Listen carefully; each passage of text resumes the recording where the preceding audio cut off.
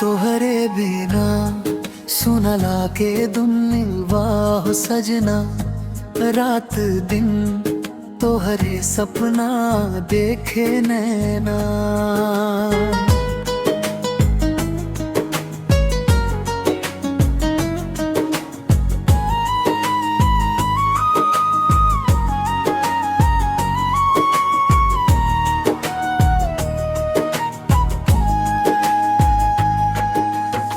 तोहरे प्यार में मनवा खो गइल, दिलवा धीरे धीरे दीवाना हो गइल। आजा बलवा अब देरी न कर, तोहरे बिना मुश्किल लागे सफर। धड़कन बोले बस तोहार नाम, तू ही बाड़ू दिल के अरमान। जब से तोहरा से नजरिया मिलन, सोना मनवा में फूल खिलल।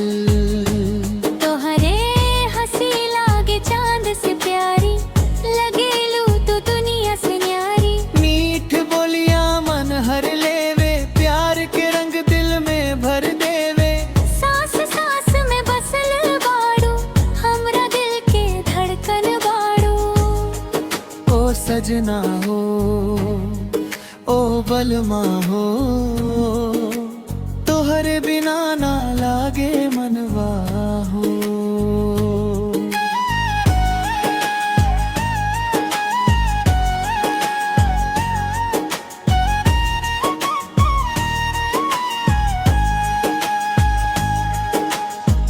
दिलवा तोहरे प्यार में डोले, तोहार याद धीरे दिल में बोले।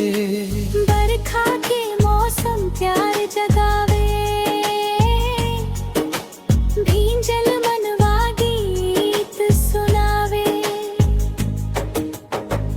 रिमझिम बूंदिया जब बरसे,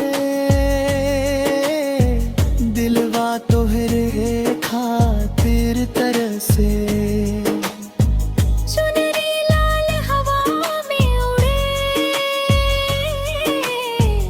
दिलवा तोहरे पीछे मुड़े। हाथ पकड़ के साथ निभैया, कभी अकेला मत छोड़िहा।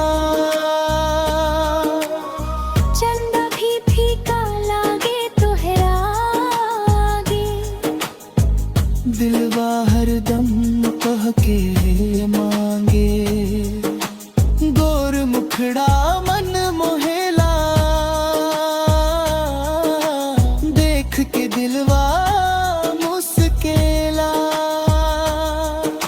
सपना में रोज तू आवेलू, धीरे धीरे दिल चुरावेलू। तोहरे बिना चैन ना आवे। दिलवा बस तोहके बुलावे।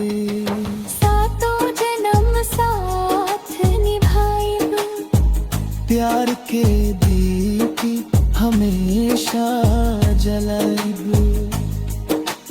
दुख सुख में संग रहब हम, तोहरे खातिर सब सहब हम। तोहरे हाथ में हाथ धरब, सपना के दुनिया साथे सजैबू। तेरा बिना सब अधूरा, तू ही लागेलू सबसे पूरा।